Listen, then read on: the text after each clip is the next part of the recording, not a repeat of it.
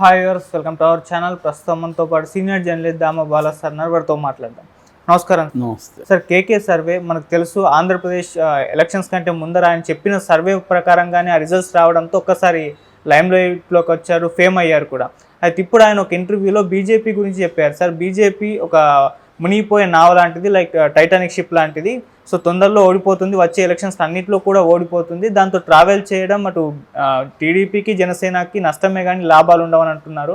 మరి ఎంటర్గా చూసుకుంటే KK survey ఎటువంటి ఇంపాక్ట్ చూపించే అవకాశం ఉంది ఆంధ్రప్రదేశ్లో? కేకే మామూలుగా అతను చూడడానికి ఏదో సాధారణంగా అతనికి పెద్ద బ్రెయిన్ లేదేమో అన్నట్టుగా ఉంటాడు, కానీ అతను సర్వే మాత్రం పక్కాగా ఎవరు ఊహించని సర్వే చేశాడు. అతను ముందుగా సర్వే చేసినప్పుడు, అంటే ఎగ్జిట్ పోల్స్ వచ్చినప్పుడు అతన్ని ఎవరు కూడా నమ్మలేదు. ఎందుకంటే అతను పెద్ద చాలా తెలివిగా ఉన్నట్టుగానే అట్లా ఏమీ లేడు. ఇతనేమి ఇతని సర్వే ఏంటి అనేది అందరూ అనుకున్నారు.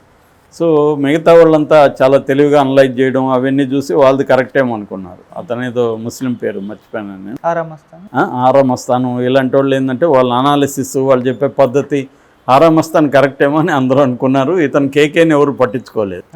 కానీ రివర్స్ జరిగింది. కేకే చెప్పింది 100% కరెక్ట్ అయింది, ఆరామస్తాను 100% ఫెయిల్యూర్ అయింది. సో దాంతో కేకే మీద అటెన్షన్ పెరిగింది. సో ఇప్పుడు అదే కేకే ఇప్పుడు ఎలక్షన్లు జరుగుతున్నాయి. ఆల్రెడీ మొన్న ఫస్ట్ పేజ్ జమ్మూ కాశ్మీర్లో జరిగింది, హర్యానాలో అక్టోబర్లో జరగబోతుంది, తర్వాత మహారాష్ట్రలో జరగబోతుంది, ఆ తర్వాత ఢిల్లీ ఉంది, జార్ఖండ్ ఉంది, తమిళనాడు ఉంది, వెస్ట్ బెంగాల్ ఉంది. వరుసగా మనకి దాదాపు 7 రాష్ట్రాల్లో ఎలక్షన్లు ఈ ఇయర్, నెక్స్ట్ ఇయర్ 2026 వరకు 7 రాష్ట్రాల్లో వరుసగా ఎన్నికలు జరగబోతున్నాయి. ఈ ఎన్నికలకు సంబంధించి కేకే నిన్న ఒక ఇంటర్వ్యూలో చెప్పాడు.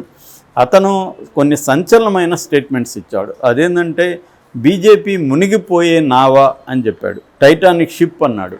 అంటే బీజేపీ మునిగిపోతుంది, బీజేపీని నమ్ముకున్న పార్టీలు కూడా ఇబ్బందుల్లోకి వెళ్తాయి, బీజేపీ నెగిటివ్ అంతా కూడా కాంగ్రెస్ పాజిటివ్ అవుతుంది అని చెప్పాడు. ముఖ్యంగా హర్యానా గురించి చెప్పాడు కేకే.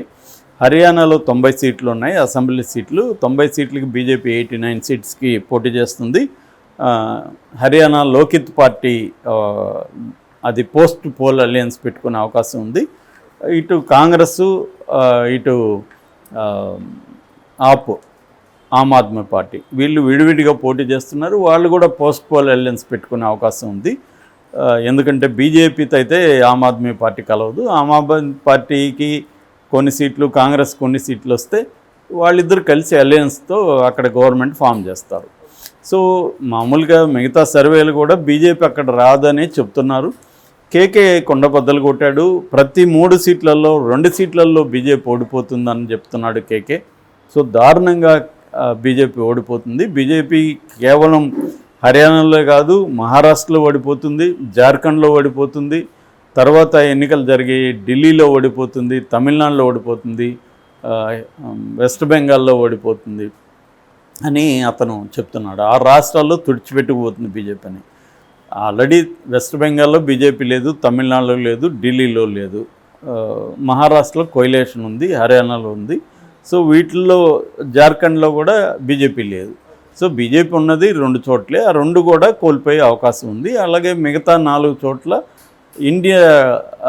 ఇండియా కూటమి అలయన్స్ మళ్ళీ అధికారంలోకి వస్తుంది. ఖచ్చితంగా ఇది బీజేపీకి దెబ్బే. ఎందుకంటే ఈ 6 స్టేట్స్లో బీజేపీ కానీ కోల్పోతే ఆ మేరకు నెక్స్ట్ వచ్చే 2029లో వచ్చే ఎంపీ ఎలక్షన్లో ఈ ప్రభావం పడుతుంది. సో ఎందుకంటే మామూలుగా ఇప్పుడు 3 సార్లు ఒక పార్టీ కంటిన్యూగా అధికారంలోకి రావడం మాటలు కాదు. మామూలుగా 2 సార్లు రావడమే ఎక్కువ. 3వసారి కూడా వచ్చాడు మోడీ అంటే అది అసాధారణం. అలాంటిది 4వసారి కూడా మోడీ రావడం అంటే అది జరగని పని మామూలుగా అయితే. ఎందుకంటే వాళ్ళు కేవలం మతతత్వాన్ని నమ్ముకొని బీజేపీ ప్రధానంగా ఆ ఇష్యూని చేసుకొని రావాలనుకుంటుంది. కానీ అది సాధ్యం కాదు. ఎందుకంటే ప్రజలకి రియల్ ఇష్యూస్ ఎప్పుడైనా తాగుతాయి. మతం ఎంతసేపు 4 రోజులు గణేష్ చతుర్థి అదేదో చేశారు నిమజ్జనం, మళ్ళీ వాడికి కడుపు కాలుతుంది, వాళ్ళ ఇంట్లో సమస్యలు వస్తాయి, వాడు పోయి పని చేసుకొని డబ్బులు సంపాదించుకోవాలి కదా. 4 రోజులు తాగుతారు, ఎంజాయ్ చేస్తారు, ఎన్ని రోజులు చేయగలరు? కాబట్టి మళ్ళీ రియల్ ఇష్యూస్ మళ్ళీ వెళ్తే కూరగాయల రేట్లు అన్ని రేట్లు పెరిగి ఉంటాయి. మళ్ళీ ఉద్యోగాలు రావు, ఇవన్నీ రియల్ ఇష్యూస్ వస్తాయి కదా. అప్పుడు మళ్ళీ ఈ ప్రభుత్వం ఏం చేస్తుంది, మనకేమిస్తుంది అనేది వాళ్ళకి చర్చకు వస్తుంది. కాబట్టి బీజేపీకి కన్సిక్యూటివ్గా 4th విన్నింగ్ అనేది వెరీ వెరీ డిఫికల్ట్, ఇంపాసిబుల్ అని చెప్పలేం, డిఫికల్ట్. సో దీన్ని ఉపయోగించుకొని ఇండియా కూటమి నిజానికి 3rd ఎలక్షన్లో, మన జరిగిన ఎలక్షన్లో కూడా ఇండియా కూటమి కానీ ఇంకొంత ముందుగా మేల్కొని వాళ్ళల్లో ఐకమత్యం బాగుని ఉంటే అసలు బీజేపీ వచ్చేది కాదు. ఎందుకంటే బీజేపీకి బాగా డౌన్ అయిపోయింది సీట్ల పరంగా, 60 సీట్ల పరంగా దాదాపు 60 సీట్లు తగ్గిపోయినాయి. అందువల్ల చంద్రబాబు మీద, నితీష్ కుమార్ మీద డిపెండ్ అయ్యి ఇవాళ బీజేపీ అధికారంలో ఉంది తప్ప వేరే ఏమీ లేదు, గత్యంతరం లేదు బీజేపీ. సో ఈ కాంటెక్స్లో కేకే చెప్పింది వాస్తవానికైతే దగ్గరగా ఉంది. అతన్ని ఇప్పుడు కూడా మనం అభినందించాలి, వాస్తవానికి దగ్గరగా చెప్పాడు. సో అయితే ప్రధానంగా హర్యానా విషయం మాత్రం అతను చెప్పాడు. హర్యానాలో అనేక ఇష్యూస్ ఏమున్నాయంటే, ఒకటేమో ఫామ్ లాస్, అంటే వ్యవసాయ చట్టాలు, 3 చట్టాలని బీజేపీ తీసుకొచ్చింది. దాని పట్ల మనం పంజాబ్, హర్యానా రైతులే కొన్ని నెలల పాటు వాళ్ళు ధర్నాలు, ఢిల్లీకి వెళ్ళి వీధుల్లో కూర్చున్నారు. వాళ్ళని అనేక రకాలుగా మోడీ ప్రభుత్వం హింసించింది, వాళ్ళని బుల్డోజర్లు ఉపయోగించింది, ఎక్కడికక్కడ ఆపేసింది, వాళ్ళ మీద కేసులు పెట్టింది, రకరకాల వాళ్ళ మీద రౌడీ ఎలిమెంట్స్ని ప్రయోగించింది.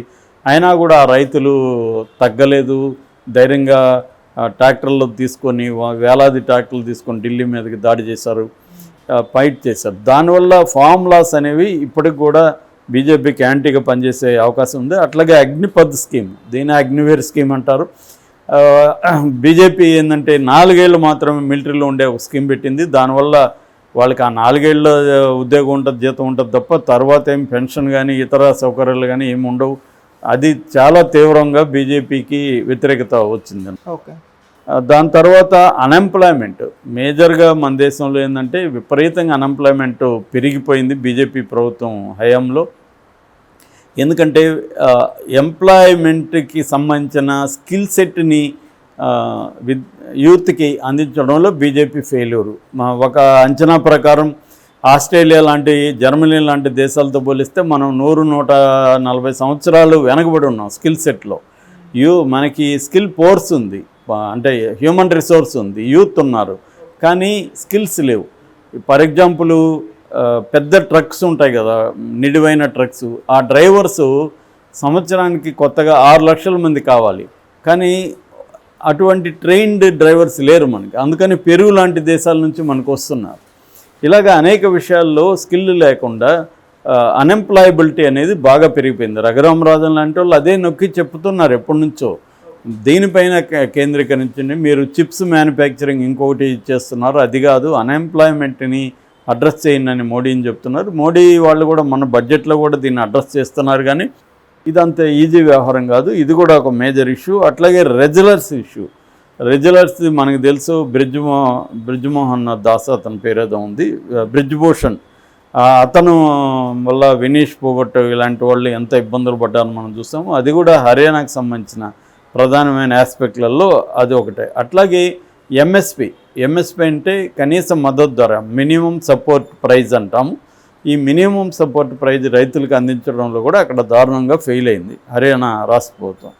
సో ఈ ఇష్యూస్ని కాంగ్రెస్ కానీ ఇటు ఆప్ కానీ ఇచ్చేసింది. అయితే కేకే చెప్పేది ఏంటంటే, హర్యానాలో కాంగ్రెస్కి బాగా ఎడ్జ్ ఉంది, బీజేపీ నెగిటివ్, బీజేపీకి ఉన్న యాంటీ ఇన్కంబెన్స్ అంతా కాంగ్రెస్కి వెళ్తుంది, ఆపుకు పోదని చెప్తున్నాడు. దీనికి ప్రధాన కారణం ఆపు లేటుగా ఎంటర్ అయింది, కేజ్రీవాల్ మొన్న ఎంటర్ అయ్యాడు, కాబట్టి ఇప్పటికిప్పుడు కేజ్రీవాల్కి అడ్వాంటేజ్ రావడం కష్టం అనేది కేకే ఇది. అది కూడా లాజికల్గా ఉంది కేకే చెప్పింది. సో ఓవరాల్గా ప్రధానంగా అతను హర్యానాది వివరించాడు, మిగతా రాష్ట్రాలన్నింటిలో కూడా ఓడిపోతుందన్నాడు. అదైతే వాస్తవంగానికి దగ్గరగా ఉంది కేకే చెప్పింది. ఇది కానీ జరిగితే మాత్రం నెక్స్ట్ ఒకవేళ ఇండియా కూటమి వస్తే జగన్ కూడా ఇండియా కూటమి వైపు వెళ్ళే అవకాశాలు ఆల్రెడీ ఉన్నాయి. ఆ రకంగా నెక్స్ట్ 2029లో చంద్రబాబు కానీ పవన్ కళ్యాణ్ కానీ ఇబ్బందులు ఎదుర్కొనే అవకాశం అయితే బాగా ఉంది. ఎందుకంటే యాంటీ మోడీ అనేది వీళ్ళకి కూడా పనిచేస్తుంది. ఆల్రెడీ వీళ్ళకి ఎట్లాగో 5 ఏళ్లలో యాంటీ ఇన్కంబెన్స్ చంద్రబాబుకి పవన్ కళ్యాణ్కి వస్తుంది. ఎందుకంటే వీళ్ళు చెప్పిన హామీలు ఏమి నెరవేర్చే పరిస్థితి లేదు. జగన్ 100 రోజుల్లో 87% నెరవేరినాయని ఈరోజు సాక్షి రాసింది. ఈ చంద్రబాబు పాలనలో సూపర్ 6 ఒక ఏది కూడా అవ్వలే, ఒక పెన్షన్ తప్ప ఇంకేది కూడా